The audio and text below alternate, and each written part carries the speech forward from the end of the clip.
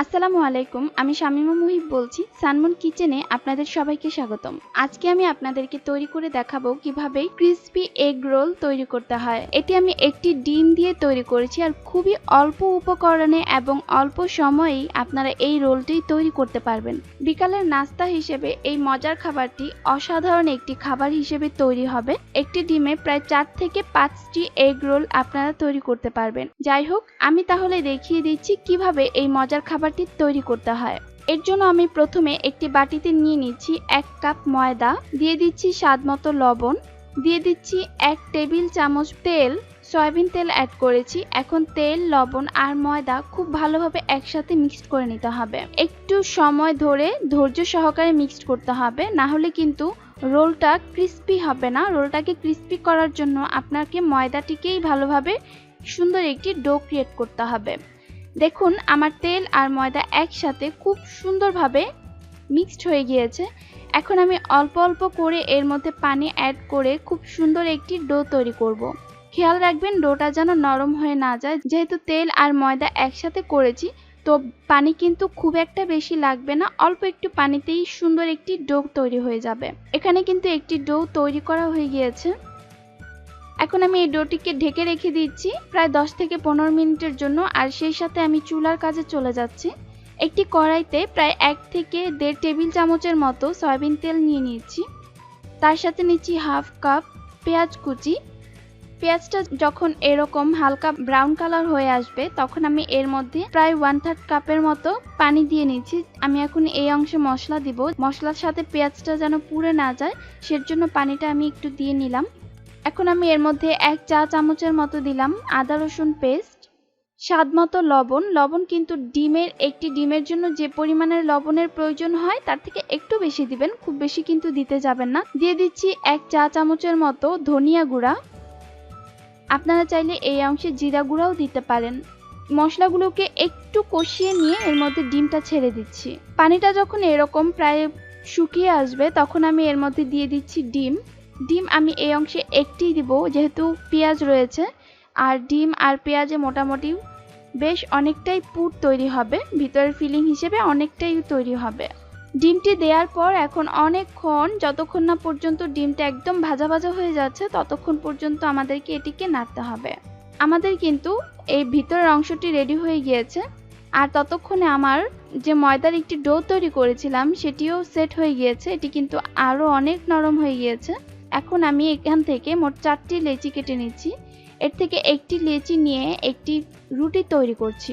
রুটিটা এই টাইপের একটু লম্বা শেপের হবে। আমি চারপাশ থেকে এভাবে কেটে নিচ্ছি। আসলে আমি জাস্ট ভিডিও করছি, অ্যাজ এ রেজাল্ট কেটে নিচ্ছি, কেটে আপনাদের দেখাচ্ছি। আর সাধারণত আমি যেভাবে বানাই, কাটি না, চারপাশ থেকে এভাবেই করে ফেলি, সেটাও দেখতে খারাপ হয় না। আমি জাস্ট এই একটি চারপাশ থেকে একটু কেটে সুন্দর করে ক্রিয়েট করছি, আর বাকিগুলো আর চারপাশ থেকে কাটবো না, আমি আমার মতো করে বানিয়ে ফেলবো। যাই হোক, এখন আমি এর মধ্যে ভিতরে পুর দিয়ে নিচ্ছি একটি সাইড থেকে। পুরের ব্যাপারটা আপনাদের উপর ডিপেন্ড করবে, যদি বেশি দিতে চান তাহলে বেশি দিবেন, আর যদি কম দিতে চান তাহলে কম। আমি প্রত্যেকটার মধ্যে একটু বেশি করেই পুর অ্যাড করে নিচ্ছি। একটি সাইড থেকে এভাবে পুর দিয়ে তারপর একদম পুরো চারপাশে নর্মাল পানি দিয়ে এভাবে একটু কোট করে দিচ্ছি। পানি দেওয়ার কারণ হচ্ছে, আমি যখন আটাটিকে মুড়িয়ে নিব এটি আঠার হিসেবে কাজ করবে, এর জন্য আমি চারপাশ থেকে একটু পানি অ্যাড করে নিচ্ছি। এখন আমার ফোল্ডিং করাটা একটু দেখুন। এইভাবে একটি ফোল্ড করার পর চারপাশ থেকে এইভাবে একটু চেপে নিচ্ছি, যেন ভিতরের পুর যেটা রয়েছে সেটি বের হয়ে না যায়। এরপর নাইফ দিয়ে আমি এইভাবে চিকন চিকন করে দাগ কেটে নিব। তবে দেখতেই পাচ্ছেন আমি যেভাবে কেটে নিয়েছি, একদম পুরোটা কিন্তু কাটছি না, শেষের দিক থেকে কিছুটা স্পেস রাখছি, প্রায় 1/2 ইঞ্চির মতো স্পেস রেখে দিচ্ছি। না হলে কিন্তু আমি যখন কাজটিকে মোড়াবো, এই যে ছোট ছোট করে আমি কেটে নিচ্ছি, এগুলো কিন্তু ছিঁড়ে যাবার সম্ভাবনা থাকবে। এর জন্য আমি পুরোটা না কেটে 1/2 ইঞ্চির মতো স্পেস রেখে নিচ্ছি। ব্যাস, আমার সবগুলো কাটা হয়ে গিয়েছে। আবার এটিকে মুড়িয়ে রোল তৈরি করে নেব। এই যে কাটা অংশগুলো, এগুলো ভাজলে কিন্তু আরো অনেক সুন্দর দেখা যাবে। ব্যাস, আমার কিন্তু রোল তৈরি করা হয়ে গিয়েছে, আর সেই সাথে আমি আরো 3টি রোল একই নিয়মে তৈরি করে নেব। আমার পুরো 4টি রোল তৈরি করা হয়ে গিয়েছে। এখন আমি এটিকে তেলে ভাজতে চলে যাচ্ছি। আপনারা কিন্তু এটিকে চাইলে ডুবো তেলে ভাজতে পারেন। আমি কিছুটা কম তেল নিয়েই ভেজে নিচ্ছি। আর এটিকে মিডিয়াম আঁচে রান্না করতে হবে, হাই আঁচে কিন্তু রান্না করা যাবে না, তাহলে কিন্তু উপরটা কালার হয়ে যাবে, ভিতরের দিক দিয়ে কিন্তু কাঁচা থেকে যাবে। তো সেই দিক থেকে লক্ষ্য রেখে আস্তে আস্তে করে একটু সময় নিয়ে তারপর ভাজতে হবে, যেন উপরে এবং ভিতরে সবটাই ক্রিস্পি হয়ে যায়। একটি পাশ যখন হালকা ব্রাউন কালার হবে তখন আমি উল্টিয়ে দিব, তারপর আবার উল্টিয়ে দিব, মানে প্রত্যেকটি সাইডে আমি 2বার করে উল্টিয়ে দিব। আমার এইটি কিন্তু হয়ে গিয়েছে, এটিকে আমি তুলে ফেলছি। আর কালারটা আপনার উপর ডিপেন্ড করবে, আপনারা যদি বেশ ব্রাইট কালার করতে চান তাহলে ব্রাইট করে নেবেন, আর যদি একটু কম কালারিং করতে চান তাহলে কম করে ভেজে নেবেন। বাট সব মিলিয়ে একটি কথা, সেটি হচ্ছে এই রোলটি যেন একদম মুচমুচে হয়, নিচে এবং উপরের দিকটা পুরোটাই মুচমুচে হবে।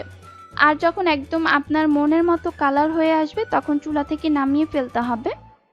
আর সেই সাথেই তৈরি হয়ে গেল মুচমুচে এগ রোল। আমি একটি আপনাদেরকে ভেঙে দেখাচ্ছি। দেখুন এর ভিতরটা কতটা সুন্দর দেখতে হয়েছে, আর পুরো একদম ভরপুর। আর এটি খেতেও কিন্তু অনেক মজাদার, একদম ক্রিস্পি মুচমুচ করবে খেতে। আপনারা চাইলে কিন্তু এর ভিতরে যে ফিলিংটি সেটি এগের পরিবর্তে চিকেন দিয়েও করতে পারেন, আবার অনেকে মিষ্টি দিয়েও করে, নারকেল চিনি বা নারকেল গুড়ের একটি মিশ্রণ তৈরি করে তারপর এর ভিতরের পুরটা দিতে পারেন। যাই হোক, আমি এইখানে খুবই সহজভাবে তৈরি করে দেখিয়েছি। আশা করছি আপনাদের ভালো লাগবে। আর যদি ভালো লাগে তাহলে আমার চ্যানেলটিতে সাবস্ক্রাইব করে রাখবেন, আর বেল বাটনটিতে ক্লিক করে রাখবেন আমার পরবর্তী সকল ভিডিওর নোটিফিকেশন খুব দ্রুত পাওয়ার জন্য। আজকে এ পর্যন্তই। সবাই ভালো থাকবেন, সুস্থ থাকবেন। আমি আর আমার পরিবারের জন্য দোয়া করবেন। আসসালামু আলাইকুম।